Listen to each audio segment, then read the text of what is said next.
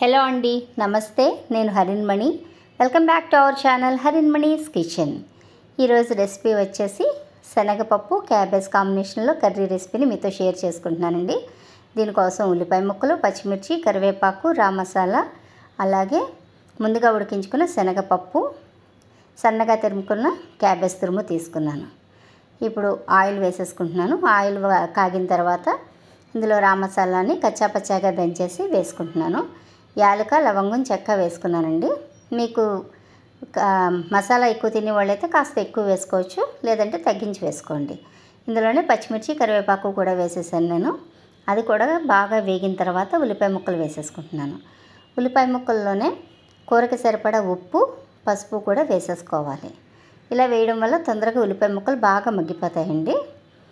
Okay, ఇప్పుడు వీటన్నిటిని బాగా కలిపేసి మూత పెట్టి స్టవ్ని సిమ్లోనే పెట్టేసుకుంటున్నాను. ఓకే, ఉడికినాయో లేదో చూద్దాం. ఓకే అండి, ఉల్లిపాయలు అయితే బాగానే మగ్గిపోయినాయి. ఇప్పుడు కూరకు సరిపడా కారం వేసుకుంటున్నాను నేను. ఎందుకంటే కాస్త కారం తగ్గించే వేసుకోండి, మసాలా వాడాం కదా అందు గురించని.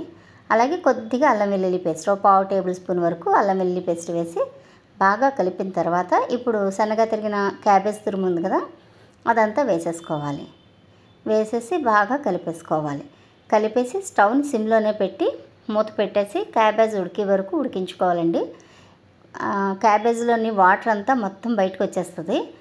మనం ఇంకా వాటర్, ఎక్సెస్ వాటర్ అయితే ఏమీ వేయక్కర్లేదు. క్యాబేజ్లో ఉన్న వాటర్ తోటే క్యాబేజ్ మొత్తం ఉడికిపోతుంది. కానీ మధ్య మధ్యలో కలుపుకుంటూ ఉండాలండి. మూత పెట్టి మాత్రం ఉడికించుకోవాలి. ఓకే, చూసారుగా క్యాబేజ్ మొత్తం ఉడికిపోయింది. ఇప్పుడు కాస్త హై ఫ్లేమ్లో కూడా పెట్టుకోవచ్చు. ఇప్పుడు ఇందులోనే ముందుగా మనం ఉడికించి ఉంచుకున్నాం కదా శనగపప్పు, ఆ శనగపప్పుని వేసేసుకుంటున్నాను నేను. ఈ శనగపప్పు అప్పటికప్పుడు ఉడికించిందేనండి, ముందుగా నానపెట్టి అయితే ఉడికించలేదు. ఇది కుక్కర్లో పెట్టి ఒకే ఒక విజిల్ వచ్చే వరకు ఉడికిస్తే సరిపోతుంది. ఇప్పుడు ఈ శనగపప్పు ఉడికించిన నీళ్ళు ఉన్నాయి కదా, ఆ నీళ్ళని వేస్ట్ చేయకూడదండి, ఈ కూరలో వేసేసుకోవడమే. అంటే వాటర్ ఎలాగ వేస్తాం కదా, దాని బదులుగా ఈ శనగపప్పు వాటర్ వేసేసి మూత పెట్టి హై ఫ్లేమ్లోనే పెట్టానండి. ఎందుకంటే ఆల్రెడీ క్యాబేజ్ ఉడికిపోయింది, శనగపప్పు కూడా ఉడికిపోయింది కాబట్టి. ఇప్పుడు బాగా కలిపేసుకుంటున్నాను. వాటర్ కూడా మొత్తం అయిపోతుంది. ఇప్పుడు ఇందులో కొద్దిగా కొత్తిమీర జల్లేసుకుంటున్నానండి. ఇంతేనండి, కలిపేసుకుంటే ఎంతో టేస్టీగా ఉండే శనగపప్పు క్యాబేజ్ కూర రెడీ అయిపోయింది. ఓకేనండి, thank you for watching. Don't forget to comment and subscribe. Thank you.